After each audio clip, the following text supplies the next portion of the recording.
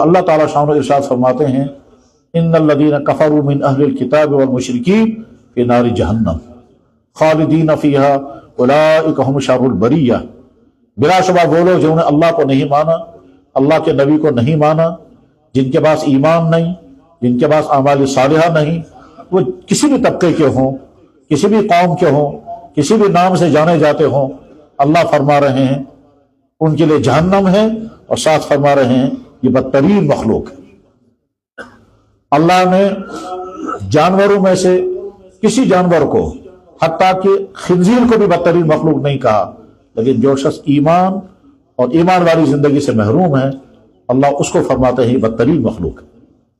اللہ نے اپنے فضل و احسان سے ہمیں ایمان والے کے گھر میں پیدا ہونا نصیب فرمایا، جس کا نتیجہ یہ ہے کہ کم سے کم ہم اس طبقے میں شامل نہیں ہیں۔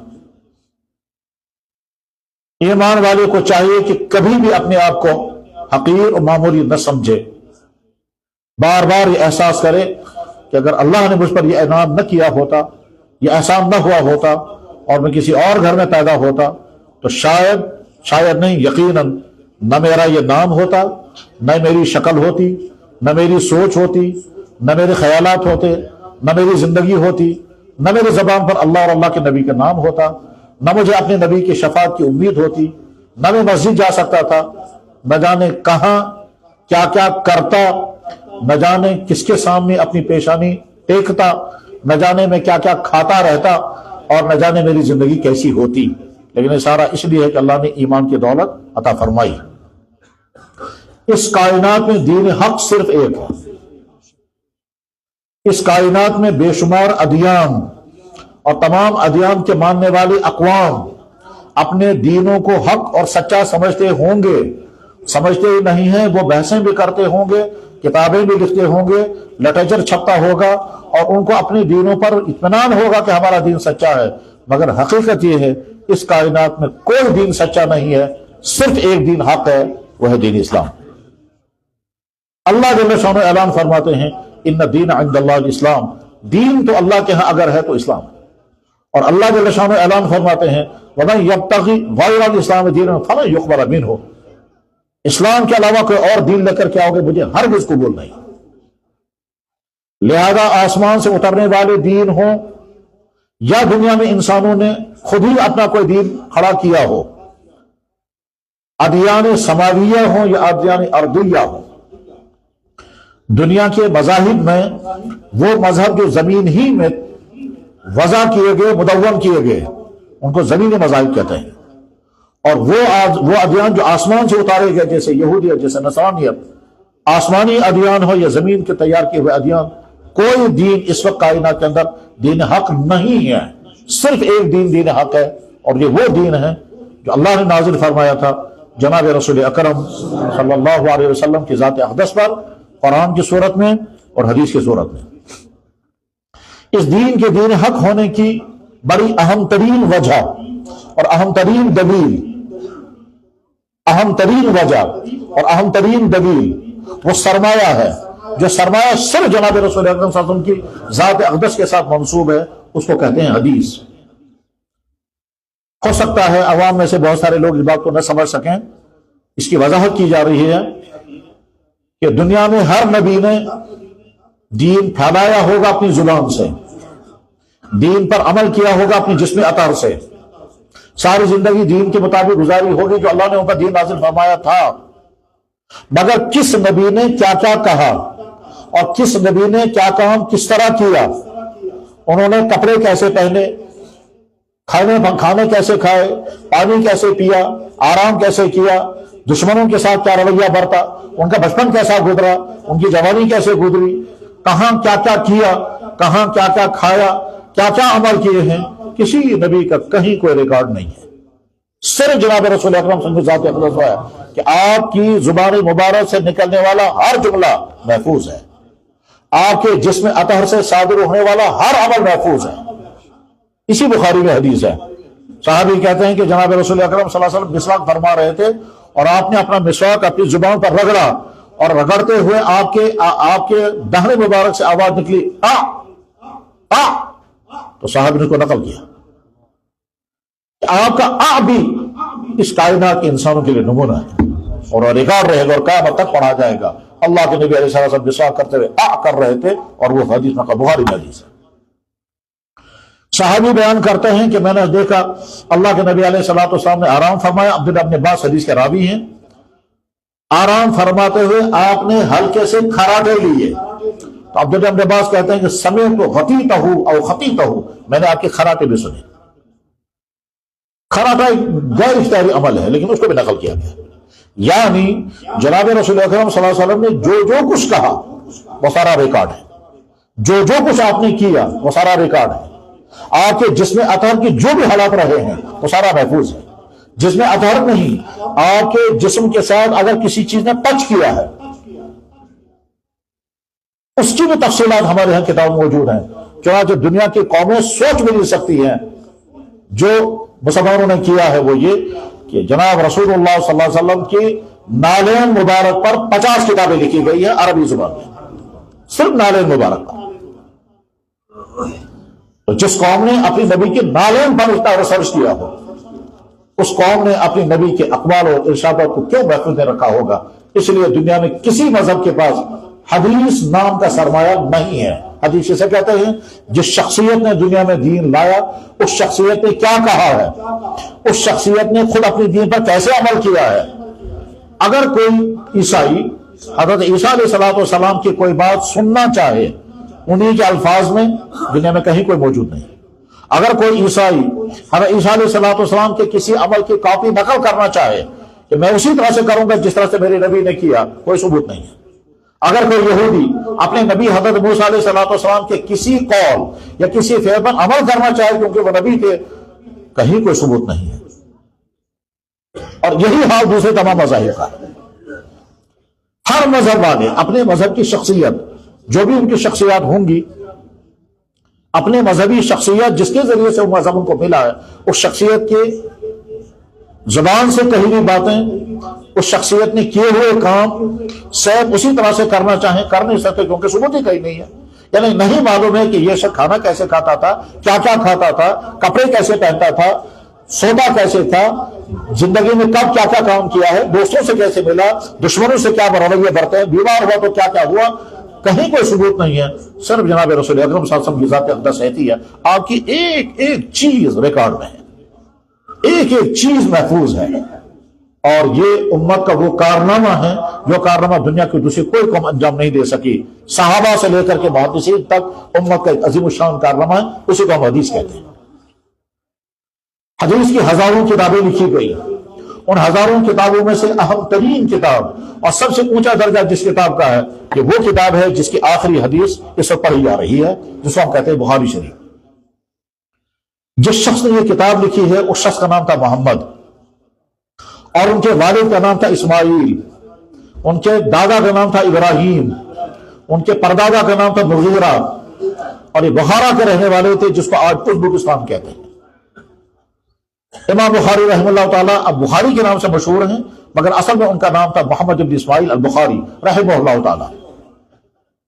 مسلمانوں کی تاریخ میں صحابہ سے لے کر صحابہ کے بعد تابعین سے لے کر کے قیامت تک جو بے شمار عظیم شخصیات پیدا ہوں گی، ان میں ممتاز ترین شخصیت جیسے علم فقہ میں امام اعظم امام ابو حنیفہ رحمہ اللہ تعالیٰ ہیں، جیسے علم تصوف و روحانیت میں شیخ عبد القادر جیلانی رحمہ اللہ تعالیٰ ہیں، ٹھیک اسی طرح سے حدیث کے بعد میں سب سے نمایاں ترین مقام امام بخاری رحمہ اللہ تعالیٰ کا محمد بن اسماعیل البخاری رحمہ اللہ تعالیٰ کا مقام سب سے اونچا ہے۔ امام بخاری نے یہ کتاب لکھی اور اس میں بہت حیرت انگیز محنت انہوں نے کی۔ 16 سال کی عمر میں کتاب لکھنی شروع کی، 16 سال مسلسل لکھتے رہے، اور 32 سال کی عمر میں کتاب مکمل ہو گئی۔ یہ تحقیق حضرت مولانا محمد زکریا صاحب نور اللہ برکاتہ جو بلا شبہ شیخ الحدیث تھے، اور 40-50 سال تک حضرت مولانا زکریا صاحب رحمہ اللہ تعالیٰ نے بخاری شریف کا درس دیا ہے۔ انہوں نے یہ تحقیق دخل فرمائی ہے کہ 16 سال کی عمر میں کتاب لکھنی شروع کی تھی، 32 سال کی عمر ہو گئی تھی تب کتاب مکمل ہوئی تھی، اور ایک حدیث درج کرنے سے پہلے امام بخاری رحمہ اللہ تعالیٰ وضو فرماتے تھے یا غسل کرتے تھے، 2 رکعت نماز پڑھتے تھے، اور اس کے بعد جب انشراح ہو جاتا تھا تو ایک حدیث درج کرتے تھے۔ اس طرح سے کتاب مکمل ہوئی۔ کتاب کا نام انہوں نے بخاری نہیں رکھا، انہیں کتاب کا نام جو رکھا تھا وہ پوری کتاب کا تعارف ہے، انہیں کتاب کا نام رکھا الجامع الصحیح المسند المختصر من امور رسول اللہ صلی اللہ علیہ وسلم وصفاتہ و ایامہ یا سننہ و ایامہ، اتنا لمبا نام رکھا۔ لیکن انسانوں کے مزاج ہے کہ لمبی چیز کو مختصر کرتے ہیں، اس لیے اس کو مختصر کر کے اب کہتے ہیں بخاری شریف۔ امام بخاری نے اپنی اس کتاب میں جو عجیب عجیب امتیازات کیے ہیں، ان امتیازات میں سے ایک یہ ہے کہ آپ نے اپنی کتاب کا آغاز بھی عجیب انداز سے کیا ہے، جیسا انداز اور کسی نے نہیں کیا، اور آپ نے اپنی کتاب کا اختتام بھی عجیب انداز سے کیا ہے، ایسا اختتام اور کسی نے نہیں کیا۔ زیادہ تفصیل کا وقت نہیں ہے، بس اختصار کے ساتھ سمجھنا ہے، اور بات اس طرح سے کرنی ہے کہ سب کے لیے دین پر چلنے کی ترغیب کا ذریعہ بن جائے یہ گفتگو، اور نصیحت بن جائے، اور ہم اپنی ایمان میں تازگی محسوس کریں، اعمال کا شوق لے کر کے جائیں، اور گناہوں سے بچنے کے مزاج لے کر کے جائیں۔ اس غرض سے ایسی ہی گفتگو کی جانی چاہیے۔ دنیا میں اللہ نے انسانوں کو عقل عطا فرمائی، اور عقل کے ذریعے سے ہم بے شمار کام کرتے ہیں، بلکہ ساری زندگی عقل کے سہارے چلتی ہے۔ انسانوں نے عقل استعمال کی، اس لیے تمام فیسلٹیز ہیں، لیکن بے شمار چیزیں وہ ہیں جن کو انسان اپنی عقل سے حل نہیں کر سکتا، اور یہ طے ہے، چاہے انسان کتنا ہی زور لگائے لیکن اپنی عقل سے اس کو حل نہیں کر سکے گا۔ سارے انسان مل کر اگر اس کے بارے میں معلومات کرنا چاہے، فیصلہ کرنا چاہے تو نہیں کر سکتے۔ ان بے شمار چیزوں میں سے اہم ترین چیز ہے کہ انسان اپنی عقل کی بنیاد پر اس کائنات کے خالق و مالک کو نہیں جان سکتا کہ وہ کون ہے، وہ کیسا ہے، وہ ایک ہے یا ایک سے زیادہ ہے، اور وہ جسم والا ہے یا وہ نور ہے، اور اس کا مزاج کیسا ہے، اس کی صفات کیا ہیں، اس کا رویہ کیا ہے۔ یہ ساری چیزیں انسان اپنی عقل سے حل نہیں کر سکتا، چاہے کتنی انسان اپنی عقل استعمال کرے۔ دوسری اہم ترین چیز جو انسان اپنی عقل سے حل نہیں کر سکتا وہ یہ کہ اس دنیا میں زندگی کیسے گزارنی ہے، کون سا کام کرنا ہے، کون سا نہیں کرنا ہے، کون سی چیز کھانی ہے اور کون سی چیز نہیں کھانی ہے، کون سا کام گناہ ہے اور کون سا کام گناہ نہیں ہے۔ یہ انسان اپنی عقل سے نہیں کر سکتا، اور جب انسان اپنی عقل سے کرنے لگتا ہے تو گمراہی آتی ہے۔ یہ نقطہ میں خاص طور سے عرض کر رہا ہوں ان تمام بھائیوں کے لیے کہ جو جدید تعلیم سے جڑے ہوئے ہیں۔ آج کا سارا دنیا کا لٹریچر چیخ چیخ کر اعلان کرتا ہے ہم جو کچھ کریں گے اپنی عقل کی بیس پر کریں گے، ہمیں جو کچھ فیصلہ کرنا ہے ہم اپنی عقل کی بنیاد پر کریں گے، ہم کسی مذہب کی ضرورت نہیں ہے، ہمیں کسی گائیڈنس کی ضرورت نہیں ہے، ہم کسی نبی کو نہیں مانیں گے، ہماری عقل جو کہے گی ہم کریں گے۔ آج کی دنیا کا سارا لائف سٹائل عقل پر بنیاد بناتا ہے، عقل اور شہوانیت، بس یہی دو چیزیں اس وقت ساری دنیا کے انسانوں کی زندگی کا محور ہے۔ تمام شہوانی اغراض پوری ہو جائے چاہے کچھ بھی کرنا پڑے، اور عقل کی بنیاد پر ہم تمام فیصلے کریں چاہے کچھ بھی کرنا پڑے۔ لیکن حقیقت یہ ہے کہ انسان اپنی عقل کی بنیاد پر نہیں فیصلہ کر سکتا ہے کہ کون سا کام کرنے کا، اور جب فیصلہ کرے گا تو غلط فیصلہ کرے گا، لیکن ابھی اس کو تفصیل کا وقت نہیں ہے۔ تیسرا اہم ترین معاملہ یہ ہے جو انسان اپنی عقل سے حل نہیں کر سکتا، وہ یہ کہ مرنے کے بعد زندہ ہونا ہے یا نہیں، یہ انسان اپنی عقل سے حل نہیں کر سکتا۔ عقل سے جب پوچھیں گے یہ بتاؤ جب ہم مر جائیں گے تو کیا پھر دوبارہ زندہ ہو گئے یا نہیں، تو عقل جواب میں کہتے مجھے نہیں معلوم، ہم نہیں بتا سکتے۔ کم سے کم یہ تین وہ بنیادی سوال ہیں جو تمام انسانوں کے سامنے ہمیشہ رہے ہیں۔ کائنات کا خالق و مالک کون ہے، زندگی کیسے گزاری جائے گی، اور مرنے کے بعد زندگی کیسی ہے، وہ ہے یا نہیں ہے۔ انہیں تین سوالوں پر دنیا کی قومیں گمراہ ہو جاتی ہیں، اللہ کو پاتے ہوئے گمراہ ہو جاتے ہیں۔ کچھ لوگ اللہ کا انکار ہی کر دیتے ہیں، وہ ملحد ہو گئے، اتھیسٹ ہو گئے۔ زندگی کا نقشہ کیسے بنائیں گے اس میں گمراہی میں پھنس جاتے ہیں، اور مرنے کے بعد کوئی زندگی ہے یا نہیں اسے انکار کر دیتے ہیں، اور پھر طرح طرح کی گمراہی آتی ہے۔ مرنے کے بعد زندگی ہے یا نہیں، اس کائنات کا خالق و مالک کون ہے، اور زندگی کیسے چلانی ہے، ان تین سوالوں کا جو تمام انسانوں کے سامنے یہ تین سوال ہیں، ان تین سوالوں کا جواب دینے کے لیے اللہ نے دو نظام دنیا میں چلائے ہیں۔ ایک نظام چلایا قرآن کتابیں بھیجی ہیں، اور دوسرا نظام چلایا انبیاء علیہ السلام کو بھیجا۔ انبیاء علیہ السلام کا کام یہ تینوں مسئلے حل کرنے ہیں. کائنات کا خالق و مالک اور انسانوں کا خالق و مالک کون ہے، یہ کام انبیاء علیہ السلام کے ذریعے سے حل ہوگا اور کوئی نہیں کر سکتا، اور اگر کرے گا تو گمراہ ہو جائیں گے. اسی طرح سے مرنے کے بعد زندگی ہے یا نہیں، اس کو اللہ تعالیٰ شانوں نے تم سے حل نہیں ہوگا، یہ میں بتاؤں گا تمہیں کہ مرنے کے بعد تمہاری زندگی ہوگی یا نہیں. اور اس کے لیے قرآن بھیجا، اس قرآن میں مرنے کے بعد کی زندگی کی تمام تفصیلات بیان کی گئی. مرنا، موت آئے گی، قبر میں دفن کیے جاؤ گے، قرب قیامت میں تم کو قیامت کے بعد تمہیں اٹھایا جائے گا، پھر حساب ہوگا، میزان ہوگی، جنت ہوگی، جہنم ہوگی، کوئی عمل چھپا ہوا نہیں ہوگا، سارا ریکارڈ سامنے ہوگا. جتنی تفصیل، جتنی ڈیٹیل قرآن کریم نے بیان فرمائی ہے اور کسی آسمانی کتاب میں اتنی تفصیل نہیں ہے.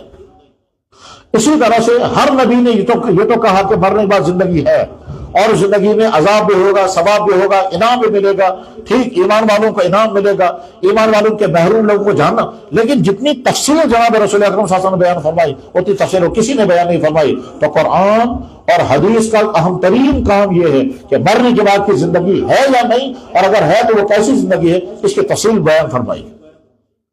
اس زندگی کا آخری انجام فنا نہیں ہے، اس زندگی کا آخری انجام ہے اللہ کے دربار میں حاضر ہو کر اس زندگی کے تمام اعمال کا حساب دینا. اگر انسان یہ سمجھتا ہے میں جو چاہے کروں، جو چاہے کھاؤں، مجھے کوئی دیکھنے والا نہیں، مجھے کوئی پوچھنے والا نہیں، یہ انسان کی بھول ہے، یہ انسان کی نادانی ہے. اللہ جل شانہ نے مکمل نظام فرمایا ہے اس انسان کے تمام اعمال کو ریکارڈ کرنے کے لیے. ایک اللہ جل شانہ خود ہر انسان کو دیکھتا کون کیا کر رہا ہے.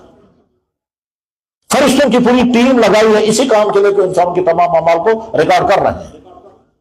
اور انسان کا یہ جسم تمام اعمال کو ریکارڈ کر رہا ہے. اس کے لیے اللہ تعالیٰ قرآن کریم میں فرمایا کہ تمہارا یہ جسم تمہارے سارے اعمال نوٹ کر رہا ہے.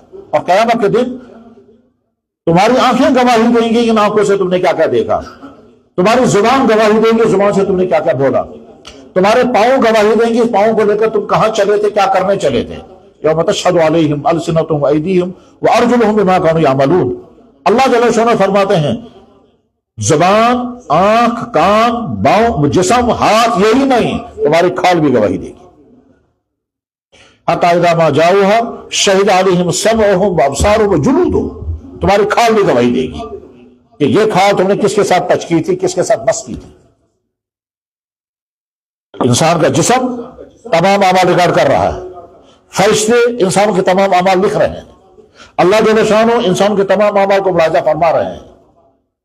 اور زمین کا جو بھی خطہ ہوگا، زمین کے جس خطے پر انسان جو بھی کرے گا، نماز پڑھے گا، شرک کرے گا، شراب پیے گا، غلط کام کرے گا، ناحق قتل کرے گا، جو کام زمین کے جس خطے میں کیا جائے گا، زمین کا وہ خطہ قیامت کے دن گواہی دے گا. تو چار انتظام اللہ تعالیٰ شاہ نے کیے ہیں. آج کے انسان ڈر جاتے ہیں کہ سی سی کیمرہ لگا ہوا ہے، یہاں غلطی نہیں کر سکتے، محتاط رہتے ہیں. میرے بھائی اللہ کے سی سی کیمرہ تو موت پیدا ہونے سے لگا ہوا ہے اور ہمیشہ لگا ہوا ہے. سی سی کیمرہ انسان کا بنایا ہوا ہے. لائن آف ہو جائے گی تو کیمرہ کام نہیں کرے گا، اور کیمرے سے ہٹ کر کھڑے ہو جائیں گے تو وہ کیچ نہیں کر سکتا. اللہ تعالیٰ شانوں کا کیمرہ تو ہر وقت کام کر رہا ہے.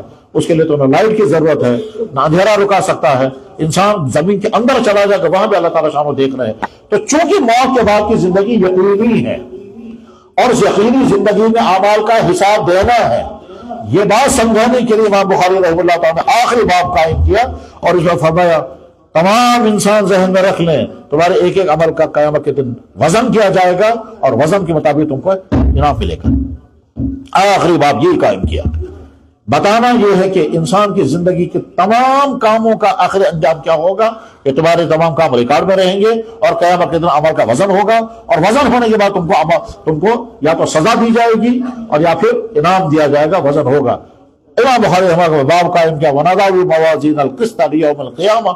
اللہ تعالیٰ شانہ فرماتے ہیں میں قیامت کے دن انصاف کی ترازو قائم کروں گا.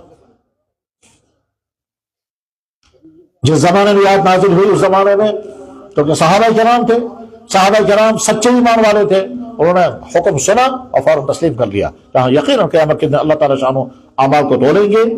امام بخاری نے آگے فرمایا صرف اعمال ہی نہیں، اقوال بھی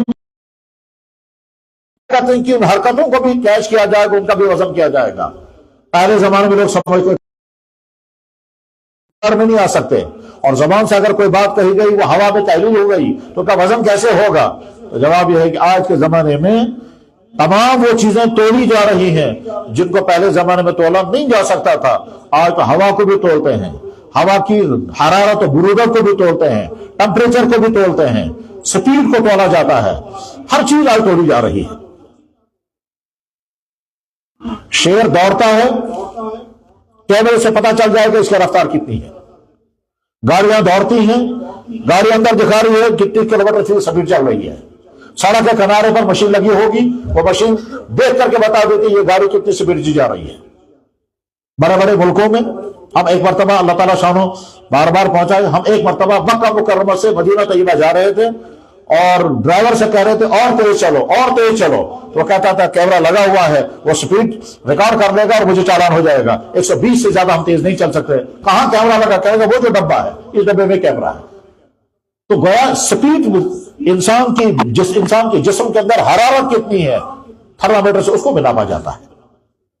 ہماری گاڑی میں تیل کتنا چلا گیا, وہاں آئینہ دکھا دیتا ہے کہ کتنا لیٹر تیل ہماری اس میں چلا گیا. ہر چیز توڑی جا رہی ہے. تو جب ہر چیز توڑی جا رہی ہے تو قیامت کے دن انسانوں کے اعمال ریکارڈ ہو کر کے توڑے جائیں گے, اور انسان کی زبان سے جو کچھ کا وہ سارا ریکارڈ تولا جائے گا. نقل فرمایا اللہ جل شانہ فرماتے ہیں کہ ہم قیامت کے دن انصاف کی ترازو قائم کریں گے, اور آگے فرمایا گیا کہ انصاف کی ترازو صرف جسم کے اعمال کے لیے نہیں, زبان سے نکلنے والے اقوال ان کو بھی قیامت کے دن توڑا جائے گا. مثلا ایک شخص دوسرے کو لعنت کی, یہ لعنت کا لفظ قیامت کے دن توڑا جائے گا اور اس کو سزا لگے گی. اور ایک نے دوسرے کو نیک دعا دی, اس کو قیامت کے دن توڑا جائے گا اور اس کو انعام ملے گا. قرآن کریم میں اللہ تعالیٰ شانہ نے قیامت کے وزن کے متعلق پوری تفصیل بیان فرمائی ہے. ایک جگہ اللہ تعالیٰ فرماتے ہیں ہم کسی کا وزن نہیں کریں گے. جب اللہ تعالیٰ خود ہی فرما رہے ہیں وزن کریں گے تو کیوں فرما رہے ہیں ہم وزن نہیں کریں گے؟ فَلَا نُقِيمُ لَهُمْ يَوْمَ الْقِيَامَةِ وَزْنًا, ہم ان کے لیے کوئی ترازو نہیں لگائیں گے. سوال پیدا ہوتا ہے جب اللہ خود ہی کہہ رہے ہیں ہم اعمال توڑیں گے تو اللہ تعالیٰ خود ہی فرما رہے نہیں, تو جواب یہ ہے کہ انسانوں کی 3 قسمیں ہیں. وہ انسان جن کے ہاں صرف نیکیاں ہیں جیسے انبیاء علیہ الصلوۃ والسلام, اور امت کے صلحاء جن کے ہاں صرف نیکیاں ہوں گی, ان کے اعمال نامے کو توڑنے کی کوئی ضرورت نہیں ہے کیونکہ وہاں گناہ ہے ہی نہیں, اور اگر گناہ ہوں گے تو وہ معاف کرا چکے ہوں گے, اور انہوں نے ایسی توبہ کی ہوگی کہ اللہ تعالیٰ شانوں نے ان کے نام اعمال سے گناہ سارے مٹا دیے ہوں گے, اور ایسی توبہ کی ہوگی کہ ان کے نام اعمال میں گناہوں کی جگہ نیکیاں لکھی گئی ہوں گی. فَأُولَٰئِکَ يُبَدِّلُ اللَّهُ سَیِّئَاتِهِمْ حَسَنَاتٍ, اللہ تعالیٰ شانوں ان کے گناہوں کے بدلے میں ان جگہوں پہ نیکیاں لکھ دیتے ہیں. ایسے اللہ کے بندے ہوتے ہیں. اس طرح کے تمام بندوں کے لیے کوئی وزن نہیں ہوگا, وزن کرنے کی ضرورت ہی نہیں ہے. ایک طبقہ. دوسرا طبقہ وہ لوگ جن کے ہاں صرف کفر ہے, جن کے ہاں صرف شرک ہے, جن کے ہاں کوئی نیکی نہیں ہے, ان کے لیے کوئی ترازو نہیں ہوگی کیونکہ وہ دوسری چیز تولنے کے لیے ہے ہی نہیں. ایک طرف سے کفر, ایک طرف سے ایمان, ایک طرف سے نیکی, ایک طرف سے گناہ, تو وہاں تو کفر ہی کفر ہے. اسے کوئی نہ فَلَا نُقِيمُ لَهُمْ يَوْمَ الْقِيَامَةِ وَزْنًا, انہی کے بارے میں. اس کے بعد بچ گیا تیسرا طبقہ, وہ اہل ایمان جن اہل ایمان کے زندگی میں اعمال بھی ہیں اور گناہ بھی ہیں, نیکیاں بھی ہیں اور معاصی بھی ہیں. اب سب دیکھا جائے گا کہ ان کے گناہ زیادہ ہیں کہ ان کی نیکیاں زیادہ ہیں. ان اہل ایمان کے اعمال کو توڑا جائے گا. اس کے لیے اللہ تعالیٰ شانہ نے قرآن کریم میں جگہ جگہ فرمایا فَأَمَّا مَنْ ثَقُلَتْ مَوَازِينُهُ فَهُوَ فِي عِيشَةٍ رَاضِيَةٍ وَالْوَزْنُ يَوْمَئِذٍ الْحَقُّ, قیامت کے دن اعمال کا تولنا برحق ہے. یہ مت سمجھنا ہم نے جو کچھ کیا ہے یہ کوئی پوچھنے والا نہیں ہے, نہیں, تمہارے تمام اعمال محفوظ ہیں اور قیامت کے دن تول کر کے تم کو اعمال نامہ دیے جائیں گے, تمہاری نیکیاں توڑی جائیں گی. اس سلسلے میں مختلف حدیث کی کتابوں میں ایک مشہور حدیث ہے, ترمذی شریف میں بھی ہے, ابو داؤد شریف میں بھی ہے. حضرت عبداللہ بن عمرو بن عاص رضی اللہ عنہ حدیث کے راوی ہیں, وہ بیان فرماتے ہیں کہ جناب رسول اکرم صلی اللہ علیہ وسلم نے ارشاد فرمایا قیامت کے دن ایک بندے کو لایا جائے گا, اس کے گناہوں کے 99 دفتر ہوں گے, یعنی 99 فائلیں ہوں گی, اور ایک فائل, ایک دفتر اتنا لمبا ہوگا جہاں تک اس کی نظر جائے گی وہاں تک اس کی فائل پھیلی ہوئی ہوگی اور گناہ ہی گناہ ہوں گے.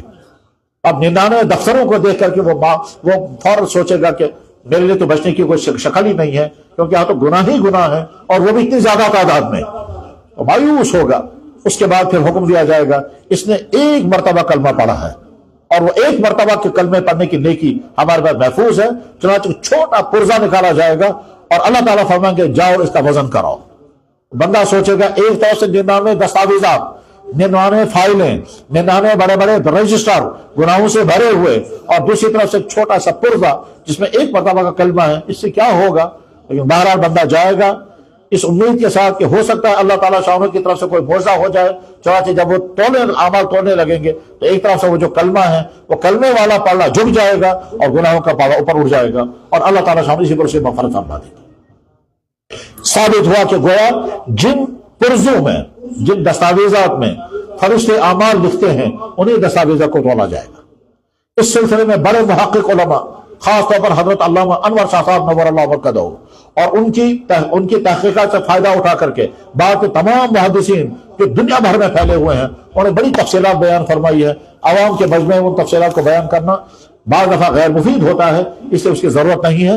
ایمان والے کے لیے تو اس طرح کی مجلس میں پیغام یہ ہے کہ ہر ایمان والے یہ سوچے میں زبان سے جو کچھ کہوں گا اس کا وزن ہوگا، میں جسم سے جو کچھ کروں گا اس کا وزن ہوگا، میں اپنے ہاتھ پاؤں کو جس کام کے لیے استعمال کروں گا اس کا وزن ہوگا، بلکہ اور اچھی طرح سے سمجھنا چاہیے میں اپنی آنکھوں سے جو کچھ دیکھوں گا وہ نیکی ہوگی یا گناہ ہوگا، نیکی ہوگی تو بھی وزن ہوگا، گناہ ہوگا تو بھی وزن ہوگا، چاہے یہ آنکھ رات کے اندھیرے میں استعمال ہو رہی ہو، چاہے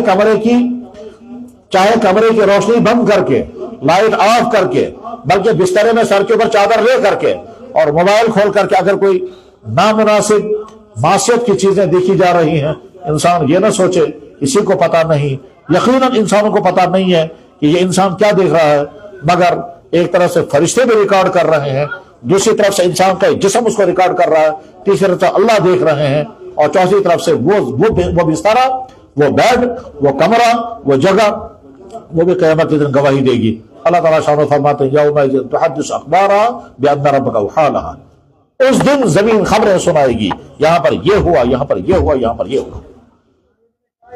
آنکھوں کا دیکھنا، کانوں کا سننا، زبانوں کا بولنا، دماغوں کا سوچنا، پاؤں کا چلنا اور ہاتھوں کا کام کرنا، اور پیٹ کو بھرنا، یہ سارے اعمال ہیں۔ ان سارے اعمال میں ہر عمل کو توڑا جائے گا، نیکی ہوگی تو انعام ملے گا، گناہ ہوگا تو سزا ملے گی۔ انسان یہ نہ سوچے کہ جو میں کچھ کر رہا ہوں کسی کو پتا نہیں۔ اللہ فرما رہے ہیں استخفون من الناس ولا استخفون من اللہ، تم انسانوں سے چھپ سکتے ہو، مجھ سے نہیں چھپ سکتے۔ تم انسانوں سے پردہ کر سکتے ہو، مجھ سے پردہ نہیں کر سکتے۔ تم لائٹ آف کر کے یہ کہو گے کہ کوئی دیکھنے والا نہیں، بلا شبہ انسان دیکھنے والے نہیں۔ تم پردے کے پیچھے جا کر کے کچھ کرو گے، سمجھو کہ کسی کو پتا نہیں چلا، مگر مجھے سب معلوم ہے، مجھ سے چھپ نہیں سکتے۔ وہ علت قرآن کریم میں اللہ تعالیٰ شاہ اپنا تعارف کراتے ہیں، وہ سارا بتاتے ہیں کہ مجھ سے کوئی چیز عالم الغیب والشہادہ، جس کو تم سمجھتے ہو چھپی ہوئی چیز ہے، میرے سامنے کوئی چیز چھپی نہیں، میرے سامنے سب کچھ آتا ہے۔ کیونکہ انسانوں کے اعمال تولے جانے ہیں۔ امام بخاری نے اپنی اس عظیم ترین کتاب کی آخری حدیث، آخری عنوان کیا بنایا؟ اللہ یہ فرما رہے ہیں انسانوں تمہارے تمام اعمال میں توڑوں گا۔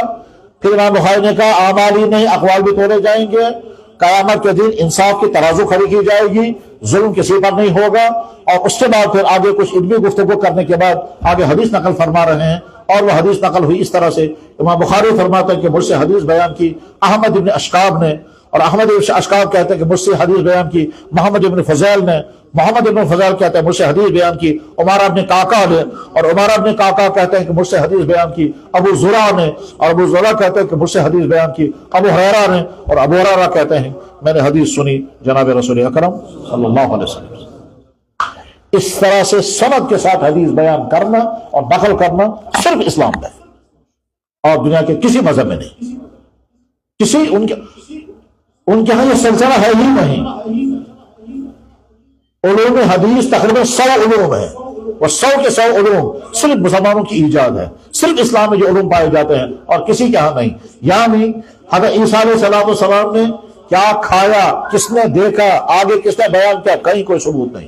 باقی مذہبوں کا معاملہ بھی ایسا ہی ہے، جتنے مذہب ہیں، جتنے مذہبوں کے بڑے بڑے لوگ ان کے ہاں مشہور ہیں اور جن کو بڑی عظمتوں کے ساتھ وہ دیکھتے ہیں، کسی انسان کے متعلق کسی کا کوئی قول موجود نہیں ہے۔ لیکن اس کے مقابلے میں ہمارا معاملہ یہ ہے کہ اللہ کے نبی نے جو کچھ کیا صحابی نقل کرے گا، اور کبھی ایک صحابی، کبھی 10-20 صحابی، کبھی صحابہ کا جمع غفیر نقل کرتا ہے، پھر آگے اگلے والوں تک پہنچاتا ہے، پھر اگلے والوں تک پہنچاتا ہے، اور ہوتے ہوتے پھر وہ بات ہم تک پہنچی ہے۔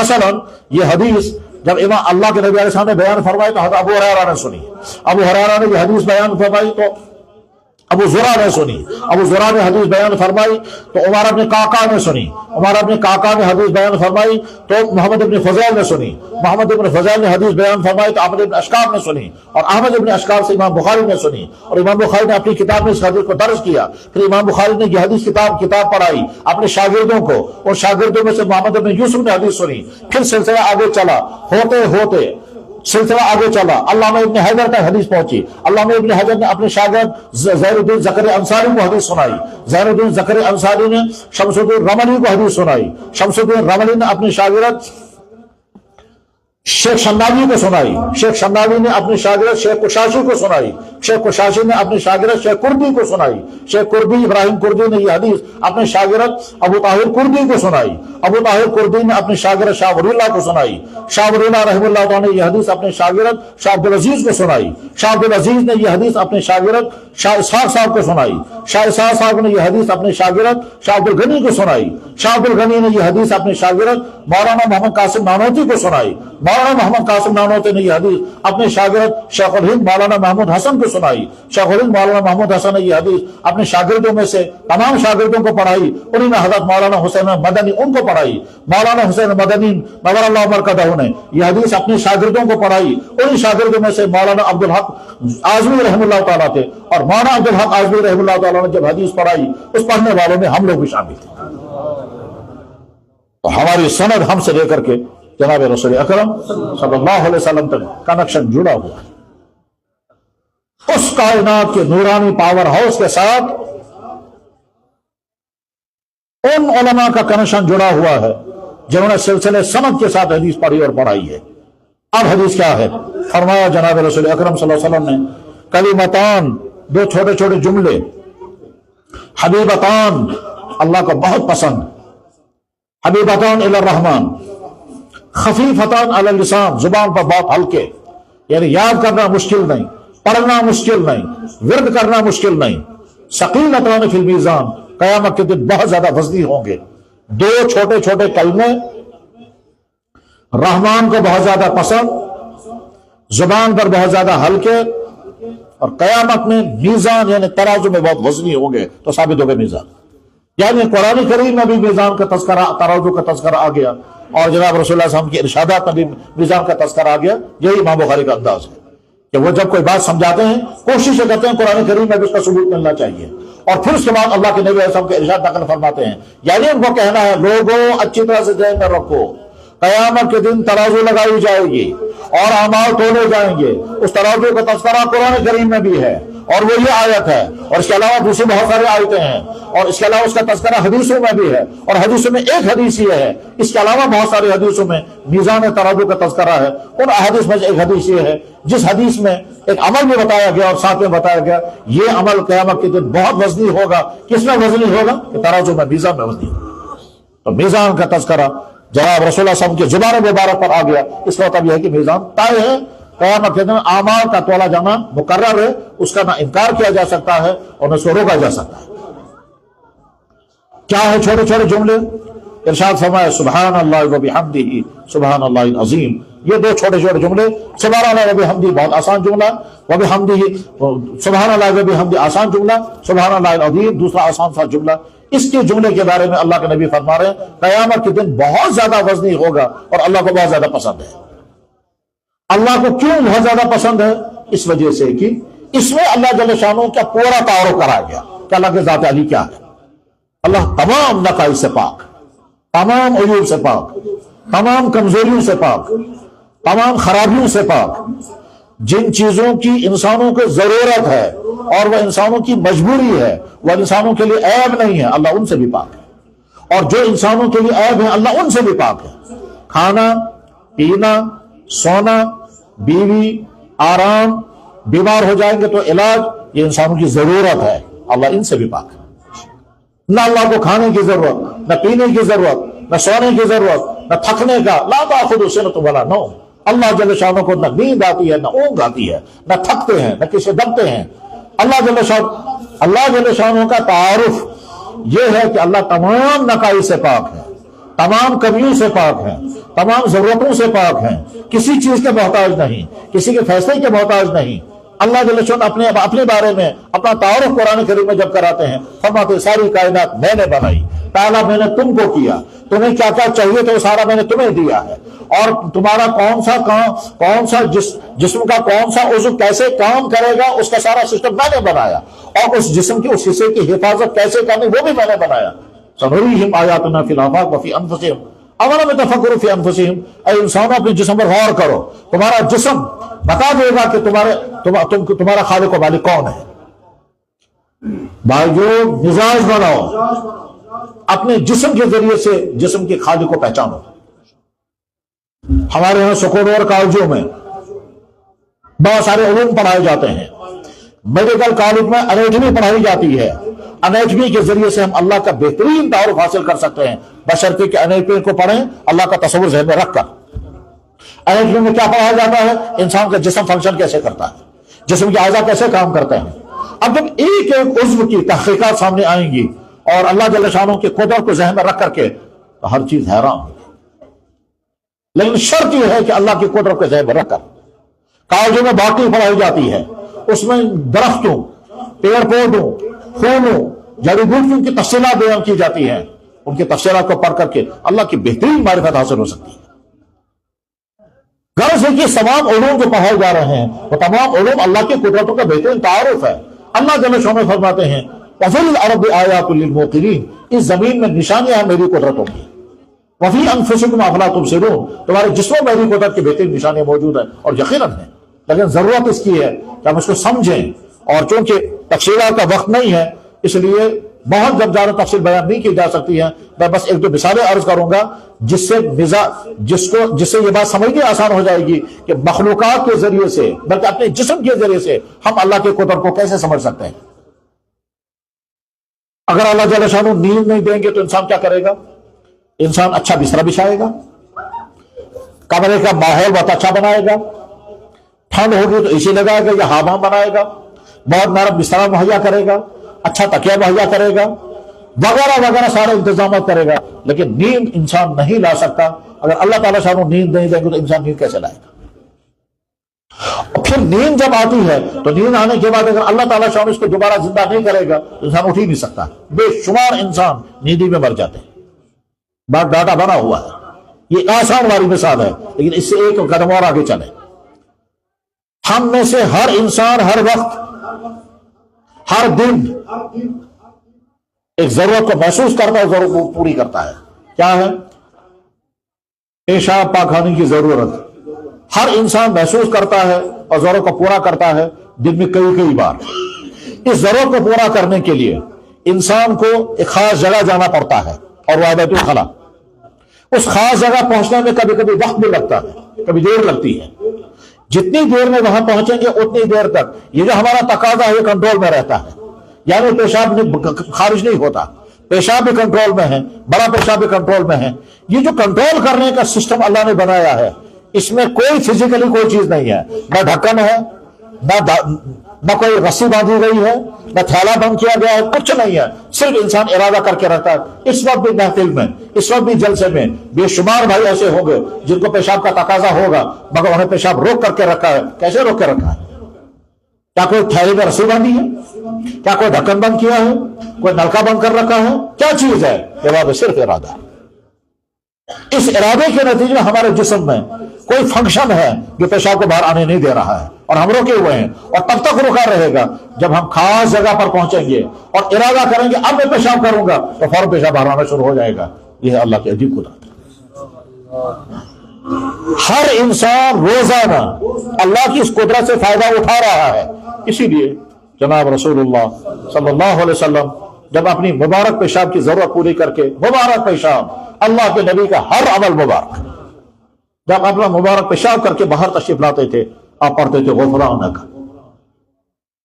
حدیث کے تمام کتاب موجود ہے۔ اس میں سوال پیدا ہوتا ہے اللہ کے نبی نے کیوں کہا غفرانک، یا اللہ مجھے معاف کر دیں؟ تو محدثین اس کے بہت سارے جوابات نقل فرماتے ہیں۔ ایک جواب یہ ہے کہ اللہ کے نبی علیہ الصلوۃ والسلام نے پیشاب کی ضرورت پوری فرمائی، پھر آپ نے کہا یا اللہ اس پیشاب کی ضرورت کے پورا کرنے میں نے آپ کی بہت ساری نعمتیں استعمال کر لی، پیشاب کنٹرول میں رہا، خطا نہیں ہوا، یہ آپ کا ایک احسان۔ پھر پیشاب کرنے کے لیے بیٹھا، مجھے کوئی مسانہ کھولنا نہیں پڑا، تھیلا باہر نہیں نکالنا پڑا، بوتل نہیں نکالنی پڑی، ڈھکن کھولنا نہیں پڑا، نلکا نہیں گھمانا پڑا، رسی نہیں کھولنی پڑی، گانٹ نہیں کھولنی پڑی، صرف ارادہ کیا اور ارادہ کرتے ہی سسٹم ایکٹیویٹ ہو گیا۔ چونکہ جو ہی انسان ارادہ کرتا ہے مسانہ سکڑنے لگتا ہے، آگے ناگے کھل جاتی ہے اور ڈھکن جو ہے وہ ہٹ جاتا ہے۔ جس ڈھکن سے پیشاب رکا ہوا تو وہ ڈھکن ہٹ جاتا ہے، مسانہ سکڑنے لگتا ہے، پیشاب کی نالی کھل جاتی ہے اور پیشاب چلنے لگتا ہے۔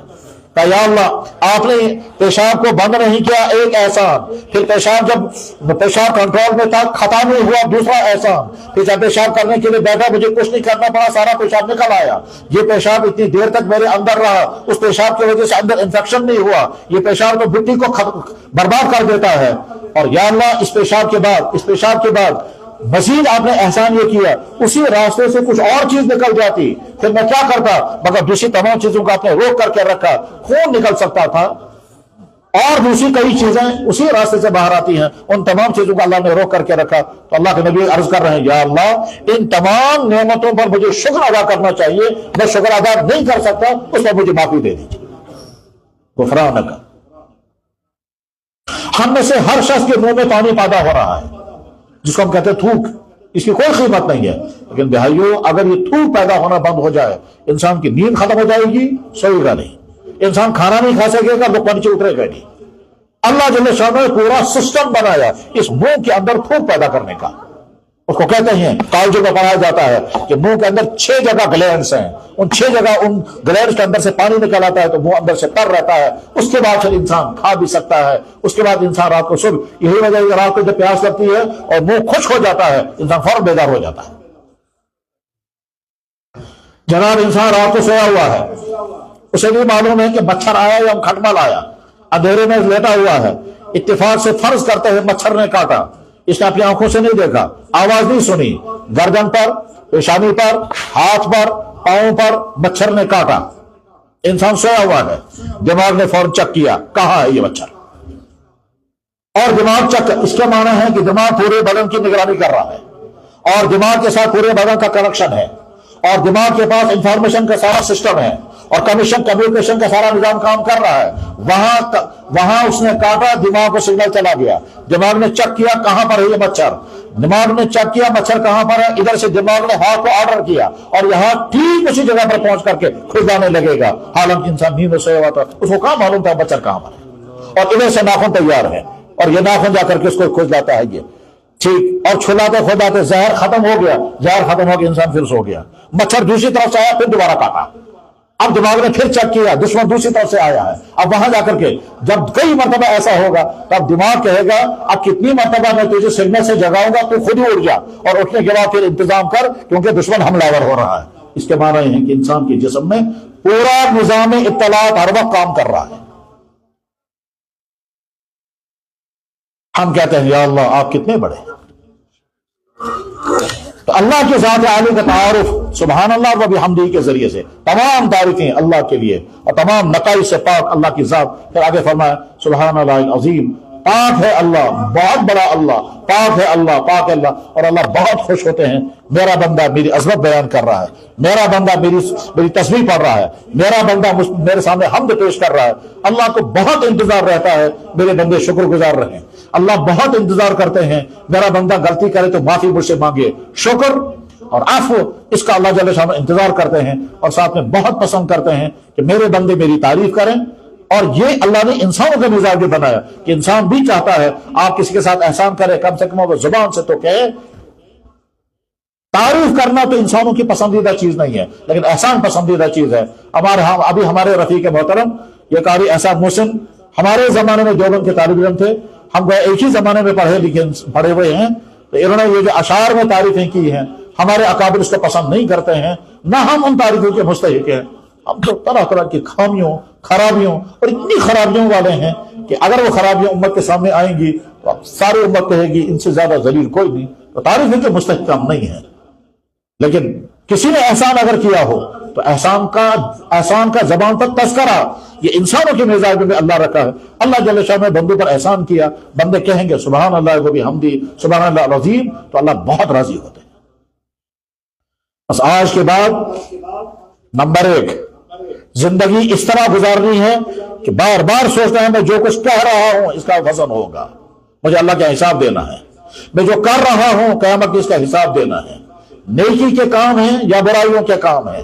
اگر کوئی انسان اللہ حفاظت فرمائے کسی شرکیہ کام میں مبتلا ہے، خدا نہ خواستہ کوئی غلط چیز استعمال کر رہا ہے، شراب یا ڈرگس یا کوئی نشیلی چیزیں، غلط تعلقات میں مبتلا ہے، اپنی آنکھوں کا استعمال ہو رہا ہے، کانوں کا استعمال ہو رہا ہے، زبان کا استعمال ہو رہا ہے، اس کی طرف چل کر کے جا رہے ہیں، اور اگر خدا نہ خواستہ آگے چل کر کے فزیکل ٹچ بھی ہو رہا ہے، یہ تمام وہ چیزیں ہیں جو ریکارڈ ہو رہی ہیں.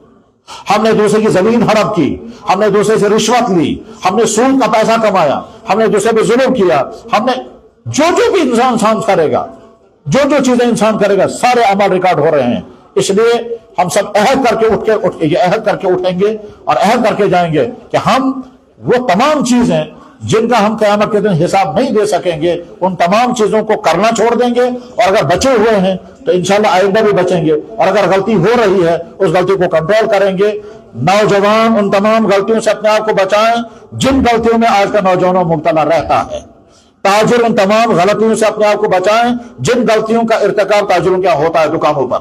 ملازمین ان تمام خرابیوں سے اپنے آپ کو باہر نکالیں جو خرابیاں ان کے دفتروں میں ہوتی ہیں، چاہے تمہارے دفتر حکومتوں کے دفتر ہوں اور چاہے پرائیویٹ اداروں کے دفتر ہوں، بڑے ہوں یا سکولوں میں پڑھانے والے اور پڑھنے والے، ان تمام خرابیوں سے اپنے آپ کو بچائیں جو پڑھانے والوں اور پڑھنے والوں میں پائی جاتی ہیں. ہسپتالوں والے ان تمام خرابیوں اور غلط کاموں سے اپنے آپ کو بچائیں جو وہاں میڈیکل سٹاف میں کسی بھی طبقے سے اور پیشنٹوں کے ساتھ ہوتا ہے. کورٹوں میں کام کرنے والے افراد، چاہے وہ جج ہوں، چاہے وکلا ہوں، چاہے پیشکار ہوں، چاہے وہاں کارندے ہوں، ان تمام غلطیوں سے اپنے آپ کو بچائیں جو غلطیاں وہاں ہوا کرتی ہیں. علماء کے طبقے میں تمام علماء ان تمام غلطیوں سے اپنے آپ کو بچائیں جو غلطیاں ان سے سرزد ہوتی ہوں گی، ان کے اٹھنے بیٹھنے سے، ان کے اعمال سے، ان کی زبان سے. غرض ہے کہ ہر طبقہ، ہر جماعت، ہر طبقہ، ہر فرد اپنے آپ کو سدھارے جن چیزوں کے سدھار کی ضرورت ہے. اور گھر کی عورتوں سے کہیں، چاہے وہ مائیں ہوں، چاہے بہنیں ہوں، چاہے بیٹیاں ہوں، ان تمام راستوں سے اپنے بیٹیوں میں اپنے مستورات کو بچاؤ جن راستوں سے گزر کر کے ان کی عصمتیں محفوظ نہیں رہیں گی، اور یہ بھی خطرہ ہے کہ آگے چل کر ان کا ایمان بھی محفوظ نہیں رہے گا. جیسا کہ صورتحال ہمارے سامنے بخاری شریف کی اس درس میں اللہ جل شانہ کی یقیناً رحمتیں نازل ہو رہی ہوں گی.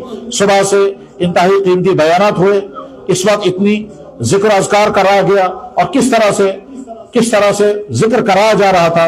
یقیناً یہ ذکر قیامت کے دن تولا جائے گا.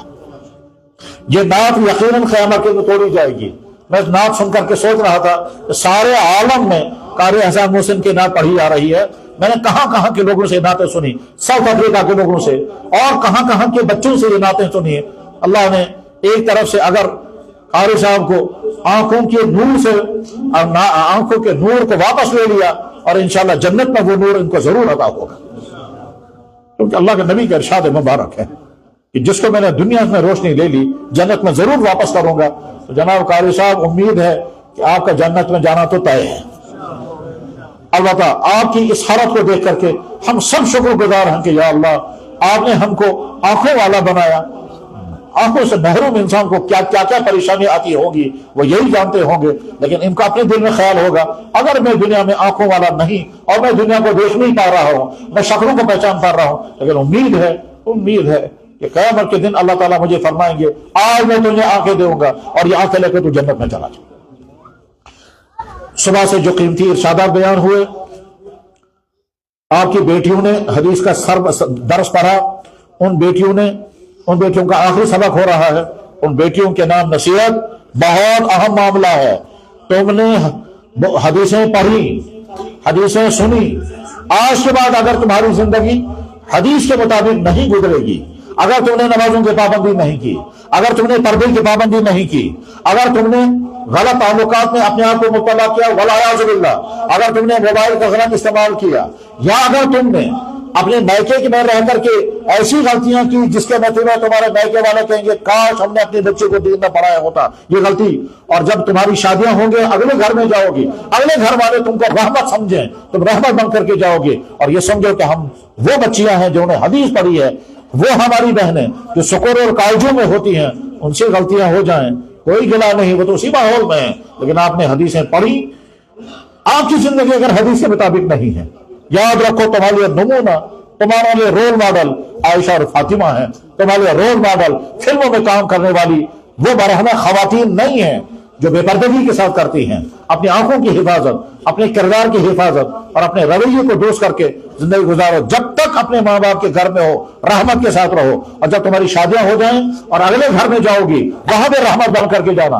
وہاں لوگ کہنے چاہیے ہمارے گھر میں بہو نہیں آئی، رحمت آئی۔ ایسا نہ ہو کہ اگلے گھر والے کہیں گے کہنے کا تو یہ عالمہ ہے مگر عمل کے اعتبار سے یہ ظالمہ ہے۔ آپ ایسے شوہروں کو دیکھتے ہیں کہتے ہیں جناب میں نے عالمہ سے نکاح کیا مگر بہت بڑی مصیبت آ گئی مجھے، اور ایسے انسانوں کو بھی دیکھتے ہیں جو کہتے ہیں کہ جناب میں نے عالمہ کے ساتھ نکاح کیا، اس کے ذریعے سے میری زندگی میں دین آ گیا، اس کے ذریعے سے میں نمازی بن گیا، اس کے ذریعے سے میں گناہوں سے بچ گیا۔ رحمت بن کر کے اگلی زندگی میں جانا۔ مبارک ان والدین کو جن کی یہ بیٹیاں ہیں، اور بہت مبارک ادارے کو اور ادارہ چلانے والے ان ذمہ داران کو اور ان اساتذہ کو جن کا وقت گزرا انتہائی قیمتی۔ حضرات اساتذہ کرام اور طالبات چشم تصور سے غور کریں، تمہارا یہ سال گزرا ہوگا، دماغ میں بھی حدیث، آنکھوں کے سامنے بھی حدیث، ہاتھوں میں بھی حدیث کی کتاب، کانوں میں حدیث کی آوازیں، یا تو قال رسول اللہ اور یا فعل رسول اللہ، اللہ کے نبی نے یہ کیا، اللہ کے نبی نے فرمایا، گویا مانوی طور پر تمہارا یہ سال جناب رسول اللہ صلی اللہ علیہ وسلم کے مجلس میں گزرا ہے۔ صحابہ کرام جب مجلس رسول میں ہوتے تھے تو تین چیزیں ہوتی ہوں گی، ان آنکھوں سے وہ مشاہدہ کرتے ہوں گے اللہ کے نبی کے جلال انور کا اور جمال انور کا، اور کانوں سے سنتے ہوں گے آپ کے مبارک ارشادات، اور آنکھوں سے دیکھتے ہوں گے آپ کے مبارک افعال۔ اب ہم آج کے زمانے میں جب حدیث پڑھتے ہیں تو کانوں سے سنتے ہیں آپ کے مبارک ارشادات، اور کانوں سے ہم سنتے ہیں اللہ کے نبی نے، افعال رسول بھی ہمارے سامنے آتے ہیں اور اقوال رسول بھی ہمارے سامنے آتے ہیں، مگر مشاہدہ نہیں کرتے۔ لیکن ہم اپنے آپ کو مایوس کیوں سمجھیں؟ ہماری ایک بہت بڑی بشارت ہے، بہت بڑی بشارت ہے، اسی بڑی بات ختم ہو رہی ہے، اور وہ بشارت خود حدیث میں ہے۔ حدیث کی کتابوں میں جو اہم ترین کتابیں مانی جاتی ہیں ان میں امام احمد بن حنبل رحمہ اللہ تعالیٰ کی لکھی ہوئی کتاب مسند احمد بن حنبل ہے۔ امام احمد بن حنبل امام بخاری کے استاد ہیں، امام احمد بن حنبل کے استاد امام شافعی ہے، امام شافعی کے استاد امام محمد ہیں، اور امام محمد کے استاد امام اعظم امام ابو